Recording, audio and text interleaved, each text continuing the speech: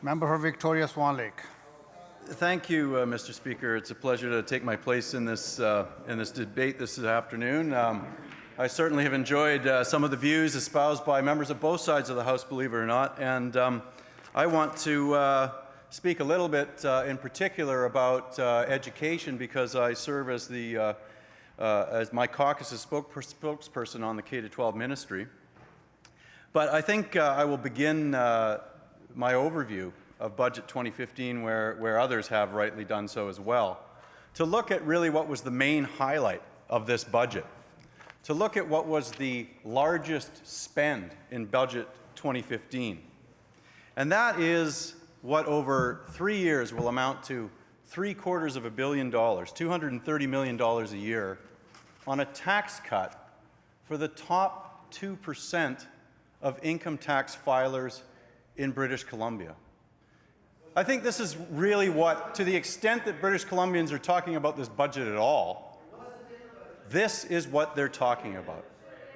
This is the big spend, the big priority revealed by this government that they're talking about at the water coolers in British Columbia. It is a head-scratcher, to be certain, Mr. Speaker. It is something that nobody asked for. There are members on both sides of the House who I would thank for their service in the Standing Committee on Finance, who traveled right across British Columbia in every region, dozens and dozens of towns, heard from those who wish to come and testify and share ideas about creating jobs, about what public services, where improvements should be, about reducing inequality, about helping vulnerable people, about working towards reconciliation with First Nations, and a host of other topics. I went through some of the transcripts of those meetings. In the time that I had to prepare for this debate, I didn't find one presenter anywhere in British Columbia make a presentation to the Standing Committee on Finance saying, you know what British Columbia should do to increase its prosperity and grow its economy? Give the top 2% of income tax filers a whopping tax cut. It didn't happen, Mr. Speaker, but that's what this government's #1 priority is. And you know what?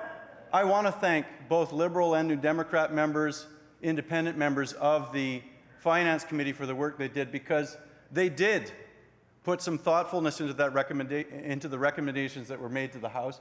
And that, again, I think, is something that you have to look at when you analyze this budget. None of those good ideas, and some of them have not appeared for the first time, but several years in a row, were ignored once again. And clearly, after the throne speech that we saw a couple of weeks ago, where I think one pundit said, on this day in history, February 10th, 2015, it will mark the day that this government ran out of ideas. Clearly, this is a government in search of ideas, and they can find them from the Standing Committee on Finance in this place, our own Legislative Assembly. But it was not to be. You know what's interesting at this stage in debate, Mr. Speaker, is though we've heard from several members on either side make some very good points, I have not heard one member of the government side, not even the finance minister at this stage of debate, stand up and explain why a $230 million tax cut for the top 2% is a good thing for British Columbia. No one has linked this. No one has linked this, Mr. Speaker, to an economic outcome or a plan. You know, nobody on the government side has said this is a specific initiative to grow the import car dealers sector of our economy, or the luxury food or the five-star hotel sector of our economy. Nobody's even offered a flimsy, ridiculous excuse like that. We've had nothing. There's nothing in the government's so-called jobs plan that says the areas where there are serious skills gaps that are opening up and have been present in our economy for several years require to be addressed by a 2% tax cut for the top income filers in BC. So it's a very, very puzzling initiative, considering that this is the mainstay of the budget and what people are talking about in British Columbia. Now, I'd be curious to see if the Ministry of Finance gave the Treasury Board, the Cabinet, even the Liberal caucus, an analysis, a neutral perspective from economists that work hard for the people of British Columbia, information that said that this was a good idea. Did the Ministry of Finance provide advice to the minister and to the government that said, you know, what we should spend $750 million over the service plan of this budget on is a tax cut for the top 2%? Now I would put a Freedom of Information request in about this, and I'm sure I'd get something back redacted if there was any advice at all. So that probably wouldn't glean anything, Mr. Speaker. But perhaps if there was something, redacted as I'm sure it would be filed under the crazy bad idea section of the Ministry of Finance. It would probably be in a manila envelope that said, "Don't do this." Because there is no progressive jurisdiction on this continent or others in the industrialized world that is saying that neoconservative fiscal policy is a good idea as a way to grow back growth rates and create employment and sharing prosperity in a period where we have recovered from the 2009 recession. Nobody is saying that in the OECD. Even a group of millionaires in Davos, Switzerland a month ago didn't say that income tax cuts for the top 2% was the way forward.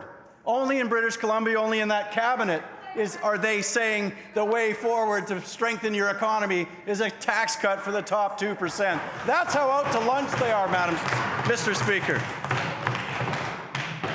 In fact, economic experts, elected officials, leaders in other parts of the world are focusing on exactly what was missed by this budget.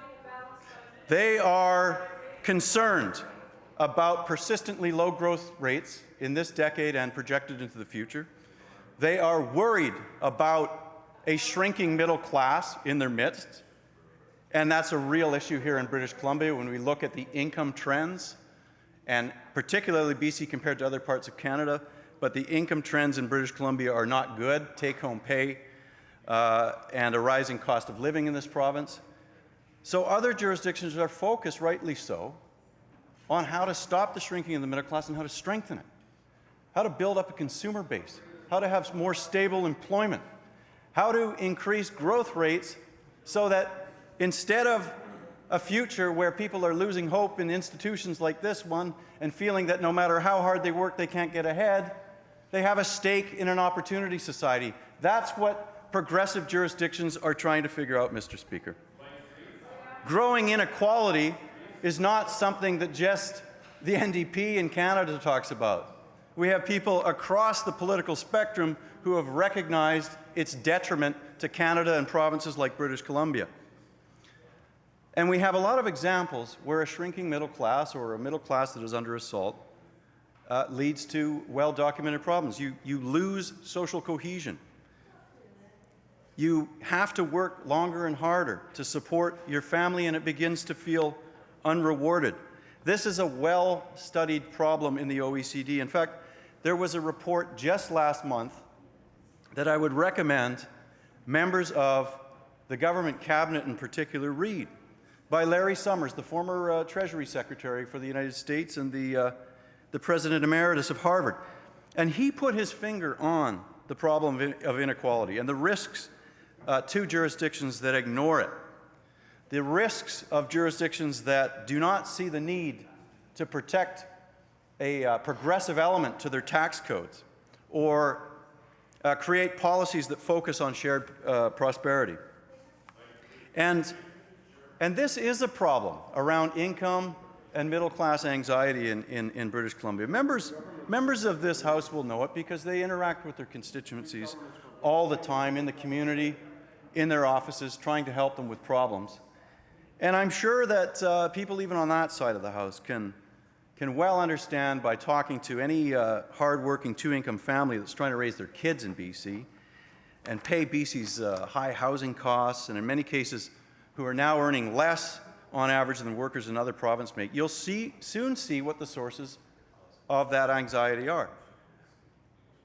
Primarily among them for many working families in BC is that parents don't have enough to help their kids get the education they need beyond high school to be competitive, to be able to thrive in the labor market. That's because savings in average households in Canada and BC are amongst the worst in the industrialized world.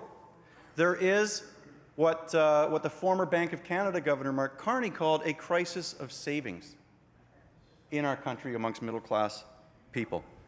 And when parents in BC worry about whether they'll be able to afford advanced education for their kids because they haven't managed to create the kind of savings that is needed to afford it, they look at this government.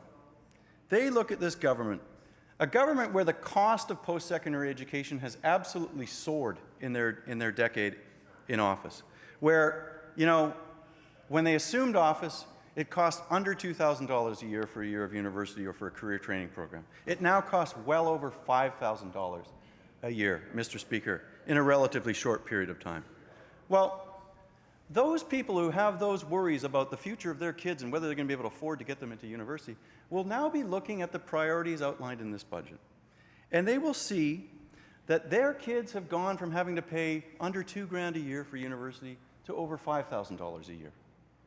And they will see that in this budget, that the top 2% are actually getting a break of $2,000 on their income taxes if they make $150,000 a year, a break that they won't get, a break that will help the best off 2% in this province afford things like advanced education that they're increasingly feeling shut out for their own kids. That's what they'll realize, Mr. Speaker. So what is being rejected in most parts of the world is the idea that flatter, more regressive tax regimes somehow work. I mean, this was ludicrous in the 1980s when it was in vogue. It's even sillier in the 21st century, in the here and now in 2015, because we know that it doesn't work. We know that because I've outlined the decline in the middle class. Others have outlined that. It's happening in British Columbia. We did go in a more regressive direction for many, many decades, and we're paying the price for it now. It's harder to look ahead and figure out how to have broader, more shared prosperity. It takes more intentionality amongst government policymakers to do that because we're dealing with a more regressive tax system in Canada and in British Columbia, especially British Columbia because over the last decade it has become distinctly worse so. Now let's look at somebody amongst the top 2% who did even better. It would not be an exaggeration to say that this is a millionaire's budget, because if you make $1 million in British Columbia, you just got $17,000 back in your pocket. Now that's a huge sum of money, Mr. Speaker, not for a millionaire, but for a working family, that is huge. For citizens, hundreds of thousands of them in British Columbia, who need and require and want to be assured that there are public services that are there for them, like health care or mental health services, education, advanced education, transportation, $230 million spent on this particular regressive tax cut is huge. It is a lot of money, Mr. Speaker, and that's what people have noticed. And in contrast to the $250 million tax cut for the top 2%, middle-class British Columbians in this budget, beginning in this year, are going to be hit with $714 million in new fees, otherwise known in the real world as tax hikes, Mr. Speaker. When you're talking about mandatory fee payment schemes like MSP, you're talking about taxes, Mr. Speaker. That's what people call them. That's how they feel them in their pocketbook. This government used to say there was one taxpayer. They say something different when it comes to introducing a budget that hikes MSP yet again. But for ratepayers in particular, for BC Hydro ratepayers in particular, that includes almost everybody. BC Hydro ratepayers, which includes just about everyone in BC, are going to pay in this budget year $286 million more out of their pocket, a 6% increase. $286 million more for every hydro ratepayer, a 2% tax cut for the wealthiest 2% in BC. You be the judge of that, Mr. Speaker. British Columbians will be. Medical services premiums, up 4% again. That's $93 million out of their pocket. While the best off 2% get $230 million in their pocket this year. Ferry fares. Could you believe it, Mr. Speaker? After all of the discussion and frustration and ridiculous outcomes that we've seen over the ferry service over the last few years, where we actually have a curve that goes like this for ferry increases and a ridership curve that goes down like this.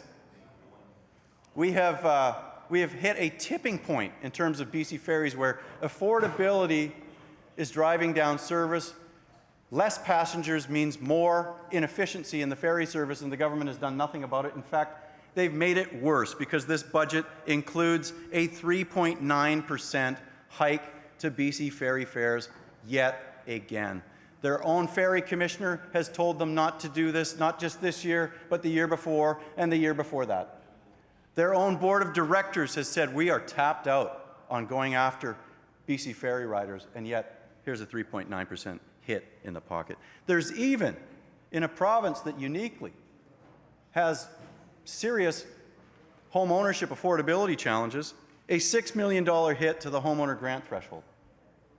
That's a hit on the middle class, not on the top 2%, Mr. Speaker. The Ministry of Health, interestingly enough, is going to see the lowest increase in funding in modern history with a 2.9% rise. 2.9% rise, and I'm quoting the finance minister, so the health minister might have a different number, but let's go with the finance minister on this one. Now, that puts British Columbia at the bottom of all of the provinces in the country in terms of health budgeting and the increase. And yet, British Columbia has a more rapidly aging population than many parts of Canada. We have rising care costs in a way that other provinces don't have, and that is throughout the system. Another area of the budget that I hope will get more discussion is the housing ministry. We have seen a massive asset sale. The remarks of my colleague from Vancouver Point Grey covered this, so I'll only briefly touch upon it. But not only was there a massive asset sale, we've seen a further reduction in capital spending in the housing ministry from previous years. Now, what's curious about this is that I mentioned all of the advice that people from every region of BC had provided to the Standing Committee on Finance that was ignored in compiling this budget. Another person who has, I think on occasion been listened to by this government, whose advice was ignored, is Jock Finlayson, the chief economist of the BC Business Council. He argued prior to the budget being tabled earlier this week that this fiscal year, 2015-16, and the next fiscal year, given the signals that have been received by the Bank of Canada on interest rates, is perhaps the most opportune time in BC's histories, the cheapest time to look at capital spending on assets and new infrastructure, to take advantage of these record low rates, and quite frankly, to pick up the slack in many parts of the economy where employment numbers are low, where the timelines for the LNG pipe dream have not been realized, and where labor is available. And that advice was ignored, Mr. Speaker. Now, the problem with that is, even in the U.S. Congress, they're talking about looking at taking advantage of these historically cheap borrowing rates to look at infrastructure spending again.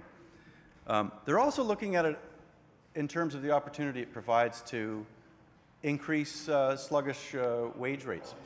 If you create good-paying public projects for infrastructure that is needed, transportation infrastructure, for example, that makes the movement of goods and services more efficient and leads to economic outcomes, you actually create a good upward pressure on wage rates. You address the falling incomes that we've seen in British Columbia by creating greater employment numbers. That, Mr. Speaker, is an additional reason that Mr. Finlayson gave to take advantage of more borrowing. Yet in the Ministry of Education, we actually see a reduction, a slowdown in capital spending. So the cheapest time to borrow, a great opportunity to get rid of damp portables in districts like Surrey and other parts of BC where they're far too preponderant. A great way to invest in some of the additions that schools will need if they are to accommodate, the plan, and I put that in quotations, around skills training opportunities for young people, to make those kind of capital investments and purchases. And yet, the funding available is going to go down. 60 districts will have to fight over fewer capital resources in the school system, not look forward to advancing the capital schedule of doing more this year and the following year. Now, let me go to something that we canvassed a little bit this week around education that I think presents a unique challenge. We have been through an incredible period of strife, one that nobody would want to live through again, the longest period of school disruption in British Columbia's history, not just one school year, but 2, 5 weeks. Unbelievable. From May almost to October, uncertainty and anxiety hanging over the families of 550,000 school kids in our province. The settlement that was eventually reached is not fully funded in this budget. Yet how many umpteen times do we hear from the Premier and the Education Minister that the cost of the teacher's contract will be fully funded by the province? I heard it time and time again on radio, on television, the Minister of Education saying, we recognize that, we're provincially negotiating this and we'll cover the costs. There was even a reference that when support staff's contract was settled in June, it was paid for entirely by school boards. So the province said, we'll step up, we'll get this one. We'll cover the costs of teachers. We realize, the Premier said this, that class size and composition issues are at the forefront of parents' minds. They are a challenge in our school system. And she committed solemnly to address them. She said that was her #1 priority too. And now we see that the education fund that was created, which was at the crux of achieving a settlement, $80 million, is not being fully funded by this government. At least $30 million of it this year, $80 million of it next year, over $100 million of cuts are going to have to be imposed by school boards to send the money back to Victoria to get it back again to partially cover the costs of that negotiated settlement. Well, I think every member who is familiar with the challenges of their own school district here, and I hope they are, who has faced things like school closures in the past, who has listened to parents who are concerned that their son or daughter cannot get, for example, a learning assessment for 2 or 3 years unless they pay for it privately, which costs thousands of dollars out of a middle-class income, because that's the kind of British Columbia we live in. Anyone who has a concern about those kinds of issues, and there are many within public education, will know that school districts, when they deliberate on their budgets and having been forced to make cuts by this government in this budget, that bad things are likely to happen. We have lost thousands of teaching positions over the last decade. We are finally turning the demographic corner around enrollment in public schools. There are more students this year in the school system than there were last year. The kindergarten cohort for next year will go up again. There is more pressure on school resources, and it is falling on districts to try and find a way to finance. The way that is going to be resolved, Mr. Speaker, I fear, is that we will see a new round of school closures in places like Prince George or other communities around BC. We will see it here on the island. We will see it in Vancouver. We will see it in the Kootenays and those kinds of places, because school closures have been an episodic and real problem in BC. Hundreds of them have occurred over the last 6 years. School districts turned the corner and said, we're not doing it anymore. We will not hollow out our neighborhoods. And yet they may have to face those kinds of difficult choices because this government broke its promise on fully funding the teachers' contract. We'll know a little bit more about this as the debate on the budget drags on. Quite frankly, trustees around BC right now are reeling from that broken commitment from the minister. They are meeting with their school board officials to try and get a handle on what it means. And what is causing some measure of panic amongst trustees is that the government has provided no details on that. They tabled a budget here saying you will find $30 million savings this year and 100 and whatever, 100, I think it's 115 million next year. On the basis of what? On the basis of a study that was done in 2012 by Deloitte, which the ministry worked with school boards on identifying? Okay, that's fine. Many of those recommendations have already been implemented. All of the Tier 1 efficiencies in that Deloitte report have been done. So now we're digging into the next level, which may or may not even have savings attached to them, Mr. Speaker. Now, if you are a trustee or an administrator in, say, one of the top 20 most efficient districts in the province, where you have the lowest administration overhead, you should be proud of that. You've made efforts to do it. What's government's instruction? They've just told you to find savings. You've been working on that problem for years. What's going to happen to the 20 districts that are struggling to find efficiencies, Mr. Speaker? Is this going to be done equitably across the board? Or is it going to be done in conjunction with the ministry? Do they actually have a plan where they're going to look at real opportunities for savings? I think what's going to happen, Mr. Speaker, is that the ministry is going to wash its hands of it and say, you got to make it, you got to figure it out, it's not our problem, it's your problem now. And that is after government said, we have your back on funding the teacher's contract. Now they're saying something completely different. It's going to come out of classroom resources. It's going to hurt the learning opportunities of our kids when government said that they were going to resolve those things after causing so much strife and turmoil in people's lives over the last 2 school years.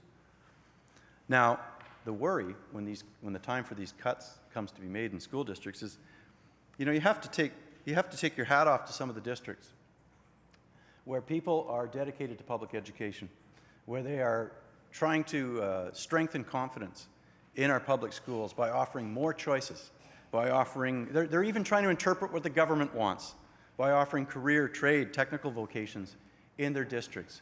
Well, the funding formula that we have just gives you poor people funding. A math class with a chalkboard and a piece of chalk is a lot cheaper per pupil than an advanced technical classroom setting or a science laboratory. And districts that want to create more choices for students are now going to have to look at potentially restricting that. They can't afford the kinds of things that retain and attract students who are looking for an individualized education that suits their needs. So how does this square with the government's own BC education plan, which says that it is all about moving towards 21st century learning principles, moving towards greater individualized learning, recognizing that the learning needs and the learning interests of students are uniquely different, that implies that there will be resources for that, that was promised specifically by the Premier that class composition will be addressed, and now districts are going to have to rein in their ability to have things like special education programs, like career and vocational programs, like languages that they would offer, or the perennially under threat music programs, and all of those kinds of things that we think and ought to be part of a comprehensive public education. Those are the kinds of things for the next 2 to 3 months that school districts are going to be wrestling with because this government broke its promise to fully fund the contract that it negotiated with the province's teachers. Those costs are uncontrollable. They are not determined by school boards, but now it's been made their problem, Mr. Speaker. And we will have, obviously, a lot more to say about that in the coming weeks. I note in passing, just as a final reference around the K-12 education budget, it is curious that when spending is only going up by 1.8%, with all of the cost pressures from the teacher's contract in this ministry, with the rate of inflation, with unfunded MSP, all of those things. Isn't it interesting that 1.8% is the increase for public education, but for independent schools, it will go up 10.8% this year? That's not even tied to enrollment statistics. In fact, there's a 33% increase over the next 3 years for independent schools, and nothing of the sort for public schools, Mr. Speaker. And I thank you for the opportunity to reply to this budget this afternoon. Thank you.